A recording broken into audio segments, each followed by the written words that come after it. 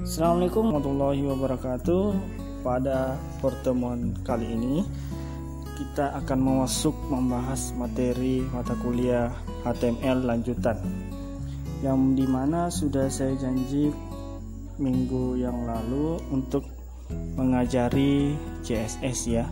Tapi sebelum kita masuk CSS, kita pelajari dulu pemrograman web front end. Sebelum itu, yang harus pertama kita ketahui apa itu web. Jadi web adalah kumpulan halaman yang saling berhubungan dan umumnya disimpan di dalam sebuah server. Nah, ini ya pengertian dari sebuah web. Kemudian umumnya sebuah website itu berisikan informasi yang disediakan secara perorangan, kelompok atau organisasi. Nah, itu adalah beberapa pengertian website ya. Sekarang manfaat web programming.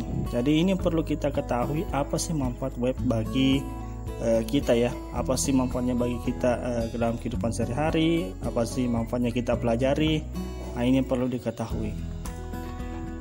Yang pertama, bisa mengembangkan cara berpikir yang sistematis. Selanjutnya, membuat solusi dari suatu masalah dengan menggunakan teknologi. Jadi banyak orang kesulitan mencari informasi tentang coding, maka kita bisa mengembangkan sebuah website yang membahas tentang coding tersebut. Ataupun banyak orang yang mencari suatu produk ya, untuk memudahkan orang mencari suatu produk atau menemukan suatu produk, kita bisa membuat website toko online ya. Nah, contoh yang bisa dilakukan, yang sudah dilakukan oleh Ahmad Saki dengan websitenya Bukalapak ya. Yang jadi pertanyaan, bisakah Anda menemukan sendiri suatu masalah yang terjadi di sekitar, kemudian menyelesaikannya dengan teknologi web? Nah, itu yang menjadi pertanyaan untuk diri Anda sendiri ya. Selanjutnya, mengapa sih kita belajar web programming? Nah, ada banyak hal yang membuat kita harus belajar web programming. Yang pertama, teknologi web adalah teknologi yang masih terus berkembang saat ini. Nah, itu salah satu alasannya ya. Selanjutnya, alasan yang kedua adalah meski banyak yang mengatakan mobile akan menggantikan web atau aplikasi Android yang bisa kita sebut saat ini, namun nyatanya web masih dipakai oleh banyak orang. Bahkan aplikasi mobile sesungguhnya banyak bergantung pada sistem web sebagai pusat penyimpanan data. Jadi jangan kira Android yang paling terdepan saat ini. Tetap saja Android membutuhkan sebuah website ya untuk mengolah data. Selanjutnya, alasan berikutnya adalah web programming relatif lebih mudah untuk dipelajari untuk orang awam yang masih buta dengan pemrograman. Jadi website ini paling gampang dipelajari dari pemrograman yang lain ya. Untuk orang awam, khususnya untuk orang awam ini sangat mudah karena tingkat kesulitan yang lebih rendah. Banyak orang yang sebelumnya tidak mengerti programming sama sekali bisa sukses menjadi seorang programmer. Kemudian konsep client dan server. Nah, di sini client dan server ini ada pada sebuah website.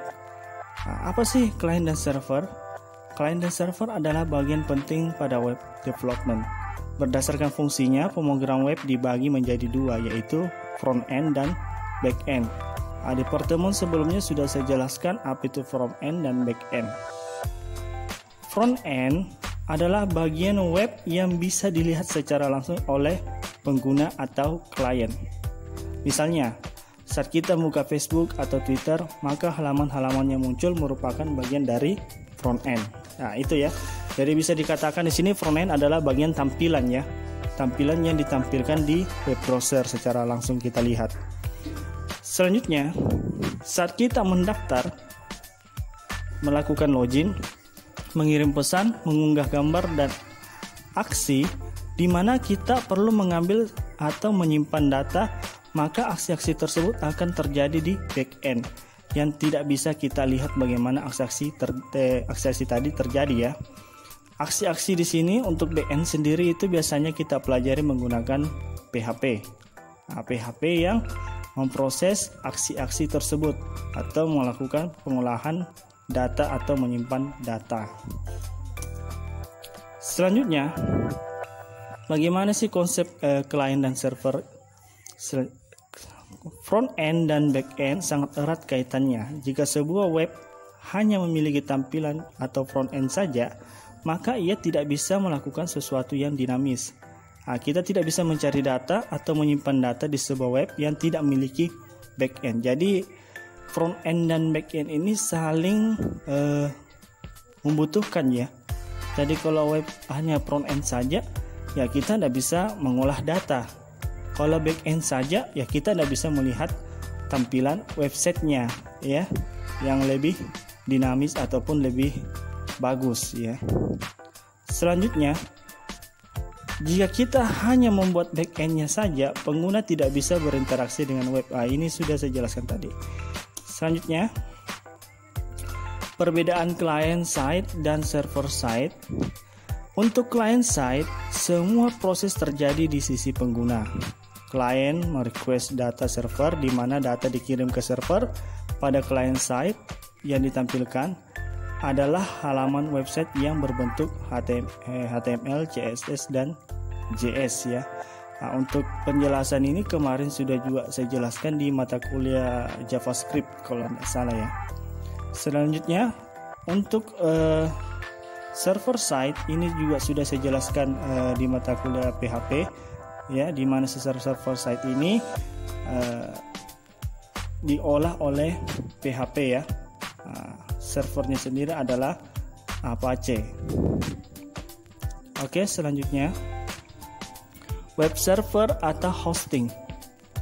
Hosting adalah penyewa tempat untuk menampung data-data yang dibutuhkan oleh sebuah website yang bisa berbentuk gambar, email, script, file, atau database. Ya, itu dimaksud dengan hosting. Jadi hosting ini seseorang yang menyewakan tempat yang bisa menampung data-data kita, ya. Ataupun kalau kita mau jadi menyewakan hosting juga ya, orang bisa menyimpan data-datanya di kita ya.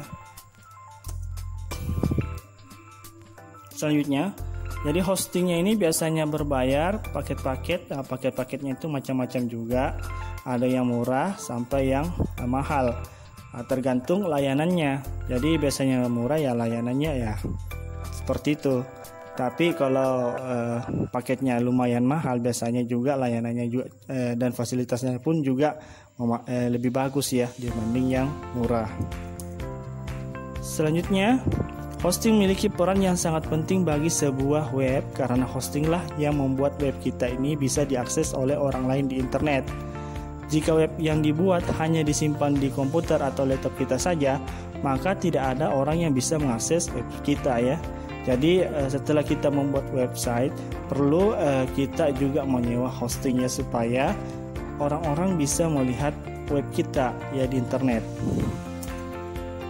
Kemudian domain. Apa sih itu domain? Jadi domain adalah nama unik yang diberikan untuk mengidentifikasi alamat, contohnya IP address, server komputer seperti web server atau email server di internet. Contohnya tokopedia.com ya, facebook.com ya, Google Classroom atau gmail.com ya. Nah, itu biasanya domain ya, ada domain di bagian akhirnya. Kayak website pendidikan biasanya ada domainnya .co.id atau .ac.id. Nah, itu semua domain-domain yang disediakan oleh penyedia layanan ya, penyedia layanan untuk server. Selanjutnya, jika dianalogikan, domain adalah alamat rumah sedangkan hosting merupakan tanahnya ya.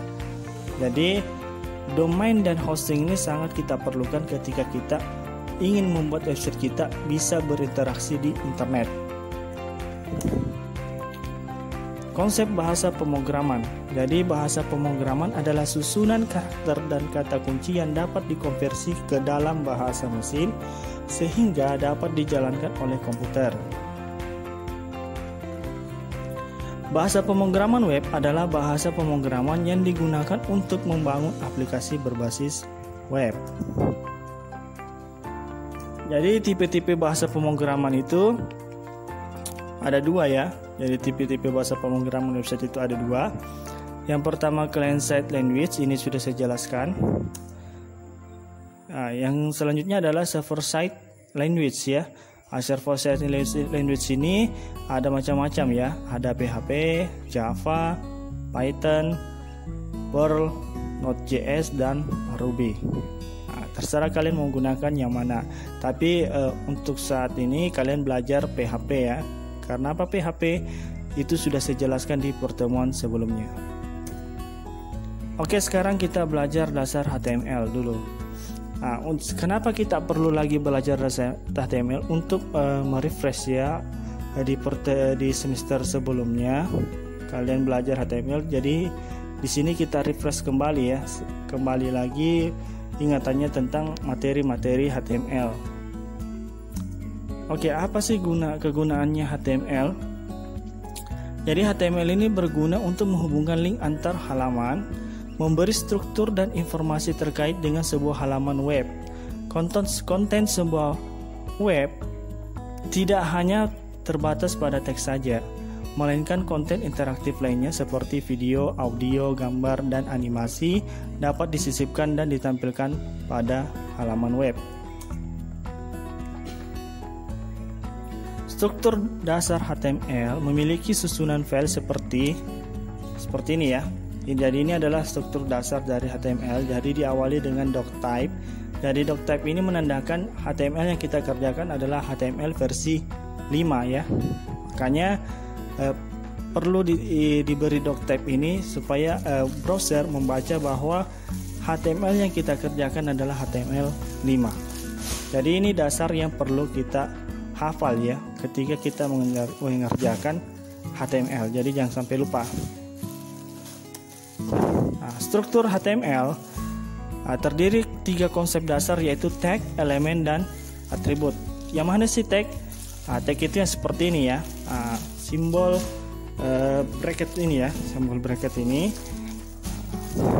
Kemudian untuk elemen, yang mana sih elemen? Yaitu kalimat-kalimat ini ya, body, head, title, dan sebagainya. Terus atribut itu apa? Jadi atribut adalah tambahan di elemen ya. Jadi sebagai komponen tambahan untuk mempermudah kita mendesain elemen ya di HTML. Jadi ini komponen tambahannya supaya HTML kita, elemen kita itu lebih bagus ya, lebih interaktif di desainnya. Nah, jadi contohnya nih di elemen body atau tag body ini kita tambahkan atribut BG color red. Jadi nanti backgroundnya itu berubah menjadi warna merah.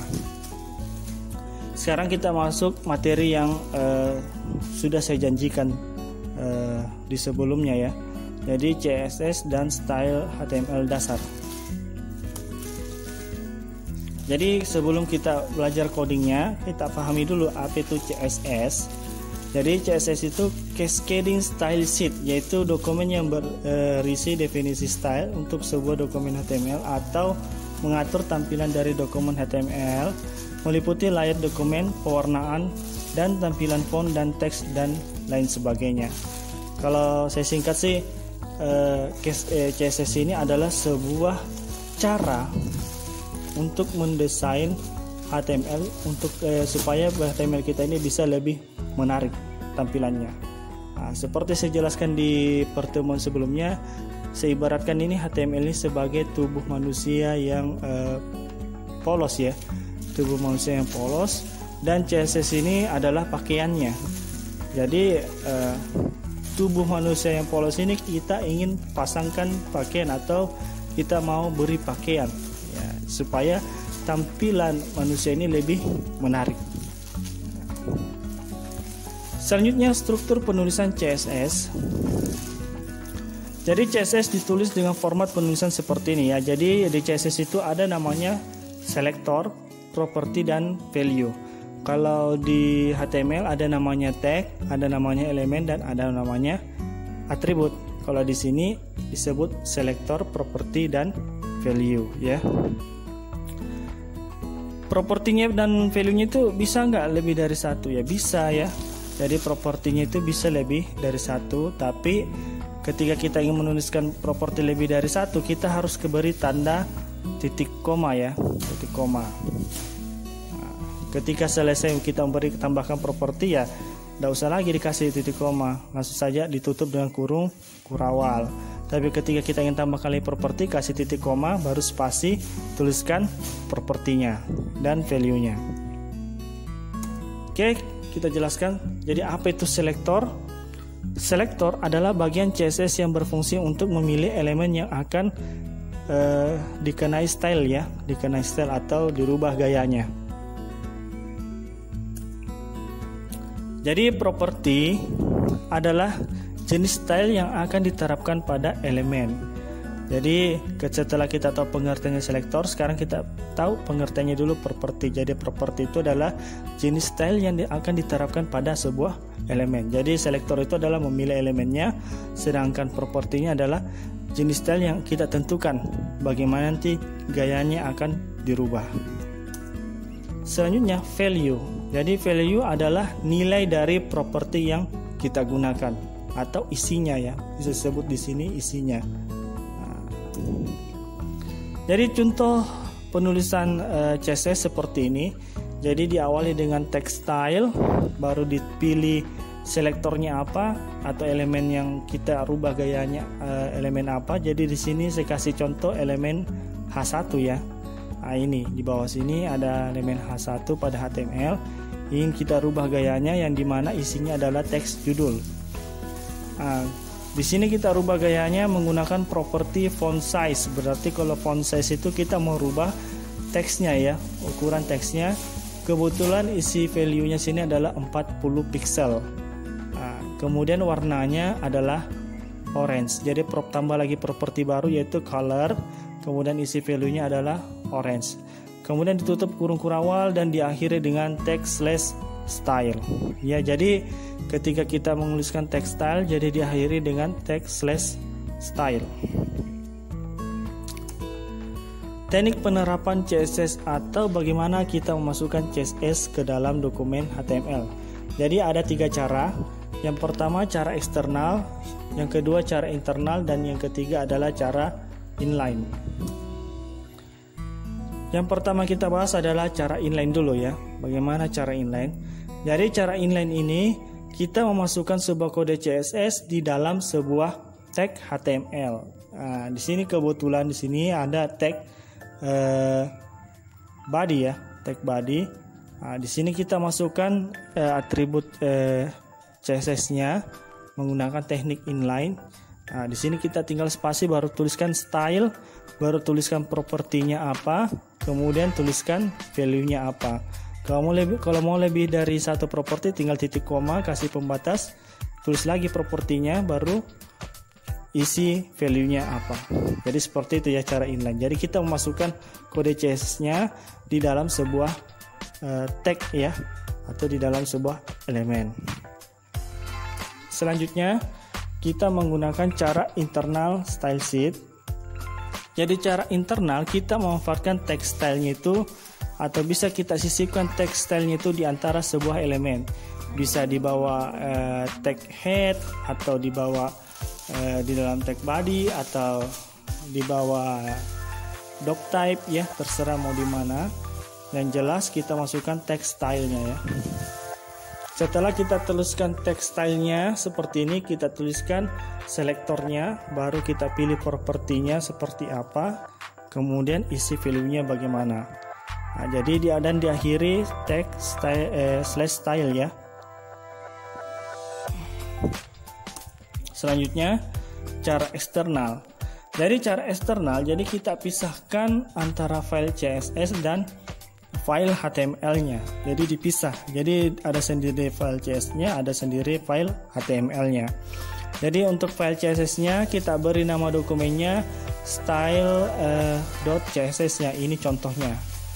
Jadi ketika kita sudah buat file dengan nama style.css, di sini kita langsung memilih selektornya apa ya. Selektor yang ingin kita rubah di dokumen HTML nanti yang mau kita rubah gayanya. Nah, kita pilih situ elemennya apa mau kita rubah, atau tag yang mau kita rubah adalah contohnya misalnya H1. Di sini ada propertinya font size, kemudian isinya 20 pixel, properti berikutnya adalah color, kemudian value-nya adalah red. Kemudian untuk dokumen HTML-nya nanti, di dokumen HTML-nya bagaimana sih supaya di dokumen HTML nanti itu bisa dirubah gayanya menggunakan CSS. Jadi cara panggil nanti itu dokumen CSS-nya itu yang tadi dipisah, kita bisa menggunakan tag link ref ya. Link ref, baru panggil nama dokumennya. Misalnya nama dokumennya tadi style.css ya. Jadi cara ini berlaku kalau filenya berada pada satu folder. Tapi kalau sudah berbeda folder, kalian harus memanggilnya dengan cara slash ya. Slash, nama foldernya apa, baru nama filenya apa. Nah, seperti ini ya caranya. Jadi saya anjurkan kalau mendesain untuk dokumen mendesain CSS-nya, diusahakan pakai cara eksternal ya, supaya tidak memberatkan dokumen HTML-nya. Dan kita lebih mudah mendesain dokumen CSS-nya. Kalau digabung menjadi satu, nanti takutnya itu agak kacau kelihatannya dan berantakan, kurang rapi. Nah, lebih rapi seperti ini. Jadi lebih mudah kita dalam membaca source kodenya ya, source kodenya atau source programnya.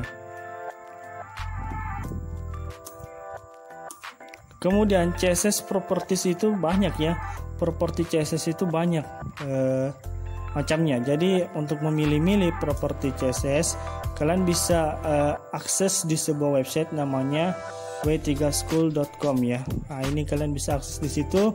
Di situ sudah disediakan berbagai macam properti, tinggal kalian gunakan saja yang mana yang menurut kalian bagus dalam mendesain website kalian.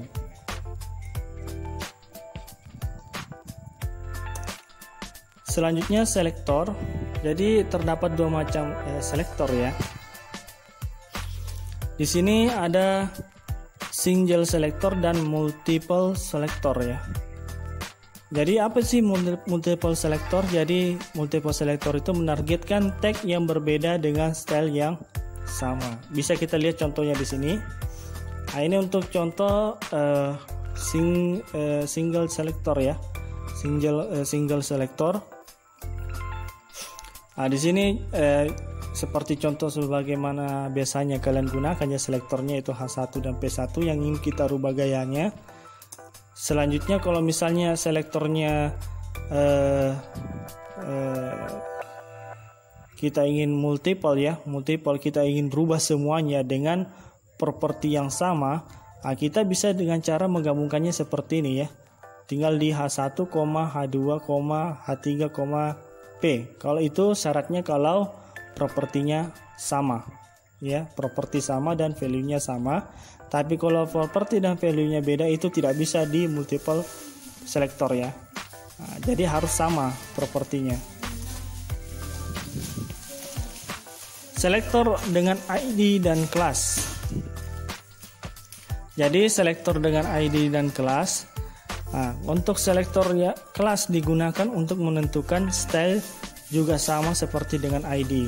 Jadi untuk selektor kelas dan ID itu hampir sama ya, tapi fungsinya berbeda. Bedanya di mana? Jika ID hanya boleh dipanggil satu kali saja, sedangkan kelas bisa dipanggil berkali-kali ya pada satu halaman. Selektor ini diawali dengan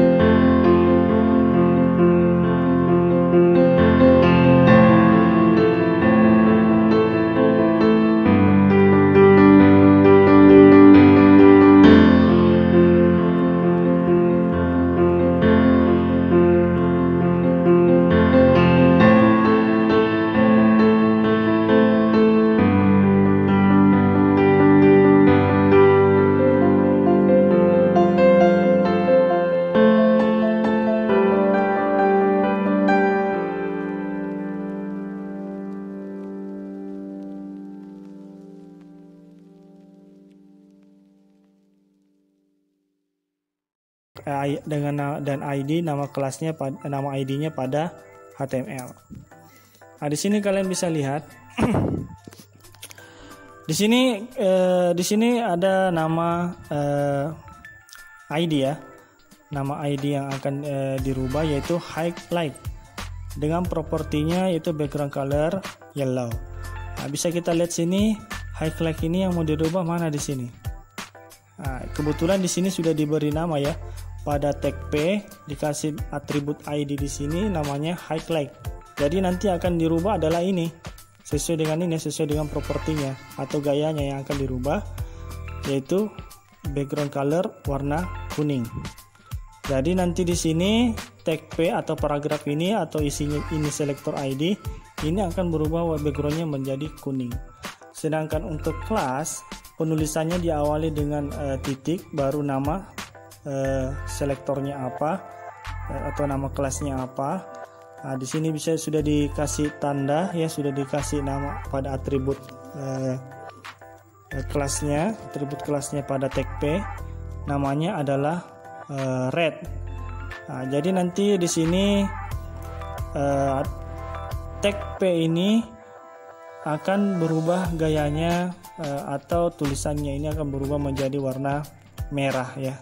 Jadi untuk H1 ini ya tidak ada perubahan sama sekali, tetap H1 atau heading. Nah, heading ini akan berubah tulisannya menjadi besar ya, penggunaan selector class dan ID ini akan besar tulisannya. Oke, cukup sampai di sini penjelasan saya mengenai CSS ya dan cara penggunaannya. Selanjutnya untuk masalah-masalah materi berikutnya sebentar lagi saya akan kirimkan video selanjutnya. Oke, cukup sekian sampai di sini penjelasan saya. Assalamualaikum warahmatullahi wabarakatuh.